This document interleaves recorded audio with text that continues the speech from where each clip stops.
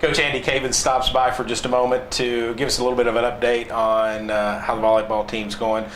Pretty good start to the season. You hosted a couple of events, went down to Texas in between, and got Harveyized and had to leave without playing any games. So just kind of give us an update on how the team's going.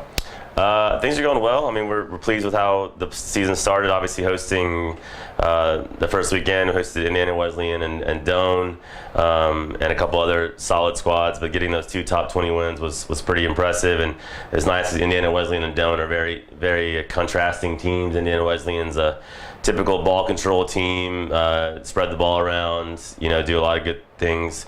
And then Doane's your kind of prototypical, just they've got 2 really, really good outsides, and they just kind of throw it up to them, and whatever happens, happens. And we did a good job against both teams of really controlling the tempo. And against Indiana Wesleyan, we fought back from being down, and that was good to see from the girls. And then obviously the trip to Texas, we were really looking forward to that, and that was a really expensive trip to practice, but we're just glad that everyone was safe, and we have myself and obviously Madison Molitor's family's from Texas, so it was everyone's safe, and that is the most important thing. And then we hosted again, and getting some good quality wins in the Southeastern Challenge, and having the top squads from those 4 conferences it's a good atmosphere, and I think it just gives those schools an opportunity to see teams they wouldn't normally play, and then gives us a chance to get a couple of receiving vote wins, and then obviously beating Georgetown at Georgetown. I don't think we played as well as we're capable of, but that being said, getting a 3-0 victory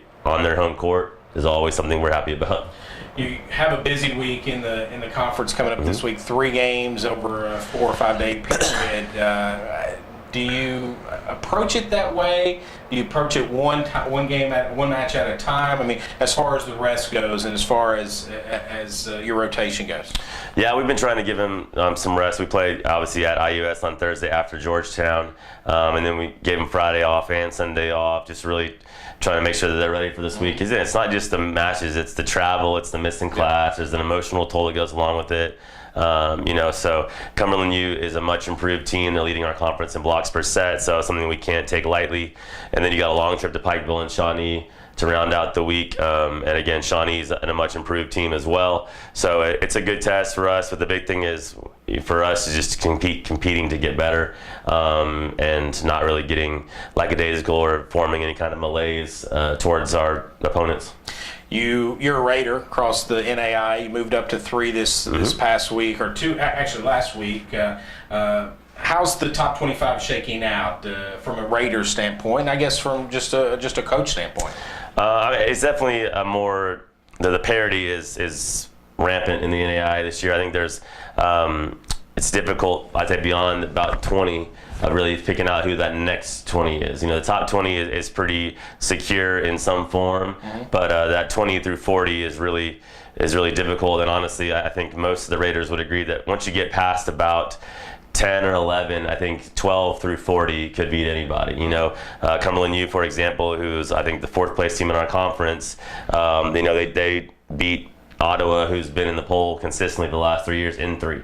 You know what I mean? So I think it's that's kind of stuff that we're dealing with. But for us, I'm just really proud of the tradition that we've been able to establish here now. I think we're the longest running streak of polls in the top 25, which if you'd have told me that when I got here in 2011, I literally would have told you you're lying. So that's a great surprise, and I'm just really proud of the girls, and I just want to keep us in that realm. We've got a strong group of seniors that have really kind of led this charge, and but we have a lot of younger girls that we're really going to be relying on for the next couple of years, that are already starting to get some playing time now, but I don't see any drop off in the quality of our team this year or moving forward. Cumberland University tonight, 7 o'clock, then Thursday at Pikeville, 6 o'clock, Friday, 5 o'clock against Shawnee. 3 straight matches against Mid-South Conference foes. Coach, thanks for stopping by. Appreciate it, guys.